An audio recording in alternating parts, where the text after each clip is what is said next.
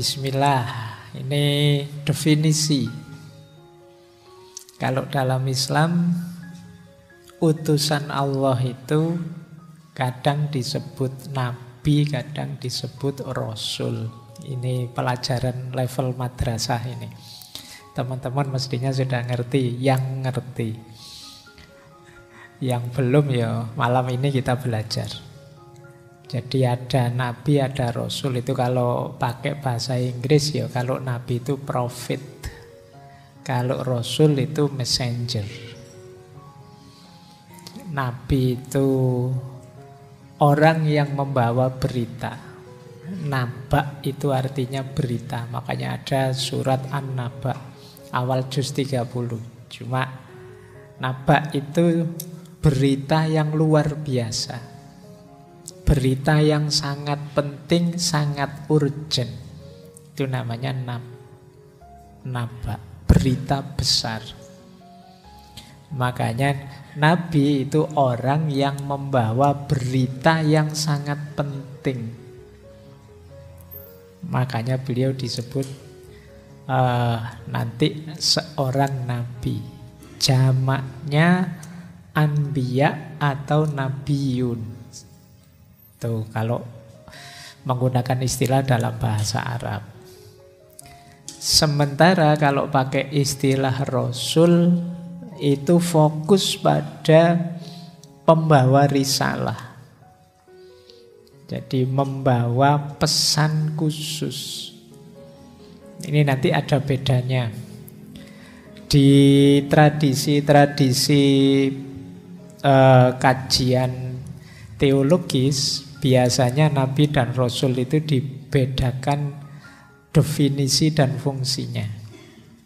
Menurut catatan saya ada 5 pendapat. Ini pendapat ya. Yang namanya pendapat kok sampai 5, itu mesti nanti saling mengkritisi. Jadi ada yang bilang kalau rasul itu mendapat wahyu untuk disampaikan karena beliau ini membawa risalah untuk seluruh umat manusia. Sedangkan kalau nabi tidak. Nabi itu mendapat wahyu tapi tidak membawa risalah untuk umat. Ini pendapat ya, tentu saja nanti ada yang pro, ada yang kontra. Tapi tidak sampai konflik, biasa. Pemikiran itu ada yang pro, ada yang kontra. Kalian harus siap beda pendapat. Karena sekarang itu rasanya kok berat beda pendapat itu. Begitu beda pendapat kalian dikeroyok, diserang rame-rame, baik oleh buzzer sana atau buzzer sini. Biasa saja beda pendapat itu. Bahkan tentang nabi dan rasul pun ternyata ada beda-beda pendapat. Jadi kalau rasul itu mengemban amanat untuk menyampaikan, kalau nabi tidak. Ini ada yang bantah juga. Yang kedua, kalau rasul itu mendapat wahyu melalui perantaraan malaikat Jibril dan dalam kondisi sadar. Sementara kalau nabi mendapat wahyunya itu melalui mimpi. Nah, ini juga pendapat. Jadi ya monggo saja, masing-masing punya dalil nanti. Beda-beda 5 ini. Ada pendapat lagi yang ketiga. Ada pendapat kalau rasul itu membawa syariat yang baru. Jadi berarti syariat nabi yang lama itu gugur dengan datangnya rasul ini. Sementara kalau nabi itu melanjutkan syariat sebelumnya. Nah, ini pendapat juga. Yang keempat, kalau rasul itu berjuang melawan umat yang menentangnya. Jadi rasul itu berat perjuangannya. Sementara kalau nabi tidak. Kalau nabi itu ya umatnya pro. Umatnya memang sudah baik, tinggal mungkin ada pelanggaran-pelanggaran yang perlu diluruskan. Jadi ini juga pendapat. Dan ada juga yang kelima, kalau Rasul itu mendapatkan kitab sendiri, syariat sendiri, dikuatkan dengan mukjizat. Kalau Nabi tidak dapat kitab khusus, tidak dapat syariat khusus, hanya diminta melanjutkan dakwahnya Rasul sebelumnya. Nah, ini perbedaan-perbedaan pendapat ya. Ini untuk kita ketahui saja. Kecuali yang bidangnya, ya tidak masalah kalian malam hari ini tahu. Tapi yang bidangnya harus mendalam. Nanti silahkan teman-teman yang bidangnya teologi, bidangnya ilmu kalam, mencari argumen dan dasarnya dari 5 ini. Masing-masing ada dalilnya sendiri-sendiri. Baik, cuma bagi yang tidak ahlinya ya paling tidak sekarang kita tahu. Oh beda-beda. Nah, kalau sudah tahu kan seandainya nanti ketemu orang beda pendapat, tidak terlalu marah lagi. Oh berarti dia beda dengan saya.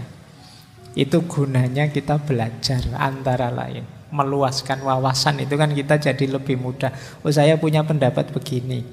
Ada memang yang pendapatnya begitu.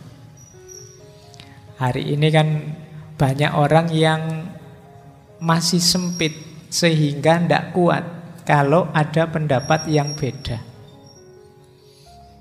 Jadi misalnya ada pandangan apa ya yang sering rame itu tentang aurat dan batasnya. Loh, semua ulama itu sepakat bahwa ya umat beragama laki-laki maupun perempuan itu wajib nutup aurat.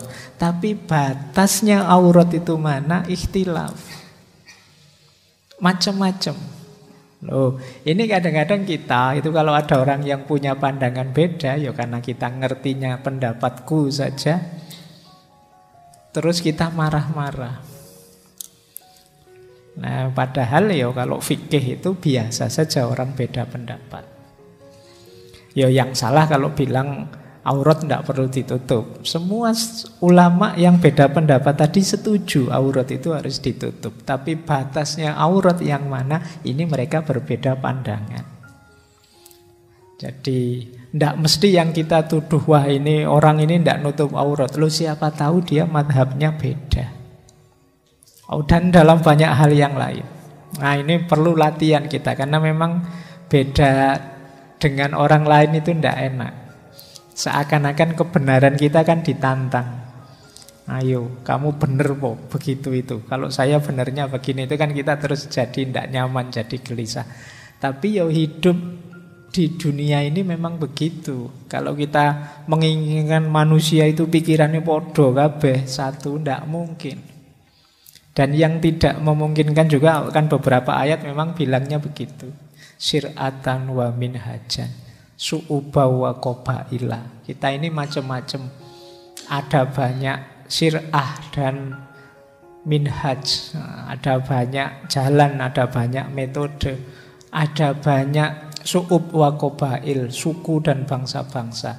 Tujuannya apa? Saling mengenal, saling memahami, lita'arofu, sehingga bisa kerjasama. Meskipun dalil ini sering kalian pakai untuk melegalkan pacaran. Yo, kan ta'arufu itu kan kamu pakai untuk itu dalil ini kan. Kan ta'aruf harusnya. Ya sembuhlah PPN. Tapi maksudnya dalil itu, kalian itu jangan tertutup, terbukalah, saling mengenal. Kebenaranmu dan kebenaran dia mungkin berbeda, tapi ta'aruflah, sehingga kalian tambah luas. Nah, itu memang manusia itu berat menghadapi yang gini-gini. Makanya nanti diturunkanlah Nabi, karena Allah ngerti benar seperti apa karakternya manusia itu.